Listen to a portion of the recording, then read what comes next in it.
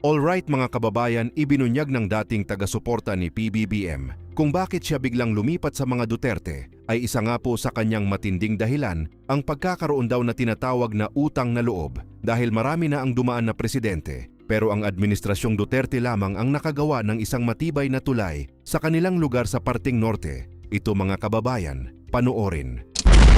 Yung mga boss, no, marami ang nagsasabi sa akin na ako daw ay isang balimbing dahil ako po ay BBM supporter ng mga panahon na nasa Hong Kong ako. Pero meron kasi kayong hindi alam kung bakit ako nagiging Duterte supporter. At hindi lang Duterte supporter, isa po ako sa may utang na loob sa mga Duterte. Alam niyo ba kung bakit? Nandito po kasi ako ngayon sa Cagayan Valley, sa lugar namin sa Peñablanca. At ipapakita ko lang sa inyo kung bakit ko sinasabi na may utang na loob ako sa mga Duterte. Kung napapansin nyo, itong tulay na nandito sa akin likuran. Ito kita nyo yung tulay na yan. Ito po ay legacy ng Duterte administration, itong tulay na ito mga bossing. At ito ang isang rason kung bakit mahal na mahal ko ang mga Duterte. Isipin nyo mga bossing, itong tulay na to, grabe. Isa ito sa tumutulong sa amin para lang makapunta kami sa bayan ng sobrang convenient at sobrang komportable. Kasi unang-una sa lahat mga bossing, hindi lang 3 dekada o 30 years nung ako po ay ipinanganak mga bossing. Alam nyo ba, ilang presidente na ang nagdaan pero wala ni isang nakagawa ng tulay dito sa aming lugar. Papakita ko sa inyo ang rason kung bakit. So ngayon, papakita ko sa inyo ang tulay na to, wide shot, okay? So, Duterte pa rin kahit na ano man ang mangyari. Duterte ang pinakamagaling na presidente. Sa laban mo Duterte, kakampi mo ang marami. Noon hanggang ngayon, Duterte pa rin kami. Duterte pa rin kahit na ano man ang mangyari. grabe mga bossing, napakaganda talagang tignan itong tulay na ito. As in, sobrang ganda talaga. Kung nung bata ako mga bossing, no, naaalala ko, wala pa tong tulay na to. Kapag bumagyo dito sa lugar namin, totally, sobrang laki ng tubig dyan, yung ilog na to. At may tulay kami doon na napakaliit lang na tulay mga bossing. Yung tulay na yun, laging nawawash out at laging talagang natatabunan niya ng tubig. Ang malupit pa doon, kapag kami po ay pupunta ng bayan, sasakay pa kami ng bangka, yung pinagdugtong na bangka, isasakay yung sasakyan doon o mga tricycle. Sasakay doon para tatawid lang kami dito sa ilog na ito, nung wala pa tong tulay na to.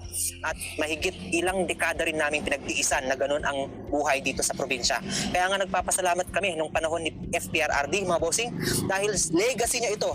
Itong isang rason kung bakit ako ay makaduterte sa kadahilanan na napakalaking tulong itong ginawa niyang itong tulay na ito ang magsisilbing kumbaga daanan namin pag pupunta kami ng bayan o may mga emergency. Hindi na ho kami namumroblema kahit lumakas ang bagyo, kahit na sobrang taas ang tubig, hindi ho kami namumroblema sapagkat kita niyo naman itong tulay na to. Legacy po ito ni FPRRD mga bossing. Talagang napakaganda at napakasolid. Grabe. So ito, titingnan nyo, ginagawa na rin nilang may mga nagtitinda-tinda na rin dito, di ba?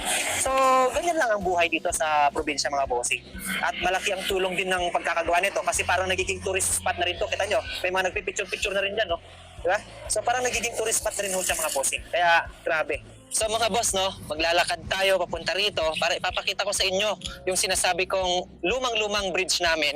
Actually mga bossing, sad to say, binakbak na po nila yung bridge namin. Pero ipapakita ko sa inyo kung saan po yung bridge namin dati. Ito po yun mga boss. Hindi na natin makita pero dito po yun.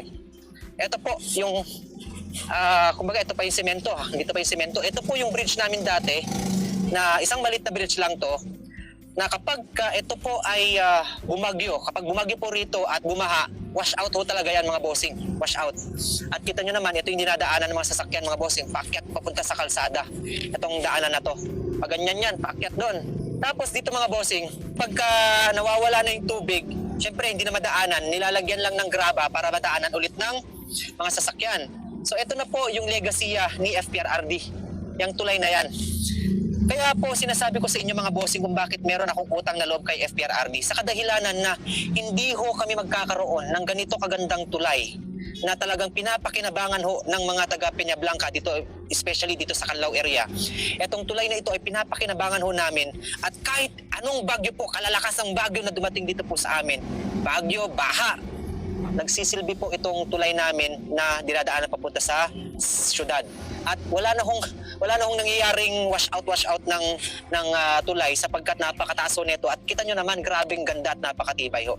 Ito po yung tinatawag naming iconic na tulay dito po sa lugar namin sa kadahilanan na ito po talaga yung nakakatulong sa amin dito sa lugar namin. Kaya ito na lang, ang baba ng tulay na yan, ito ginagawa naming swimming pagka gusto po naming sobrang init, di ba? Dito kami nagsiswimming mga bossing.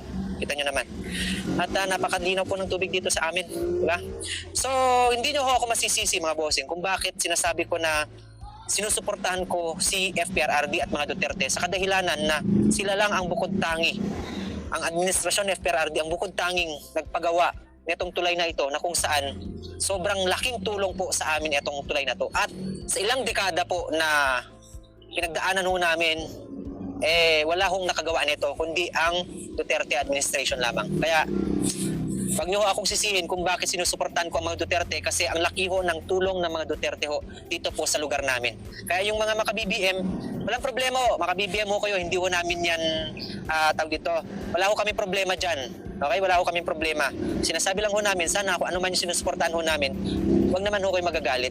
Kumbaga, kami po ay nagtatanggol lamang kung ano po yung aming nakikita at kung ano po yung naitutulong ng Duterte administration. Kaya yun lang. Mukhang hindi nagkakalayo ang kwento nitong si Kuya Vlogger mga kababayan na ilang dekada na ang nagdaan si Duterte lang ang nakapagpagawa ng tulay sa kanilang lugar, parang si Ferdinand Marcos. Senior lang din, maraming administrasyon ang dumaan, pero si Duterte lang ang nakapagpalibing sa ama ni Bongbong Marcos Jr. At ang napakasaklap nga po dyan mga kababayan, ipinakulong ni Marcos Jr. at pinadala sa ICC ang taong nagpalibing sa kanyang ama.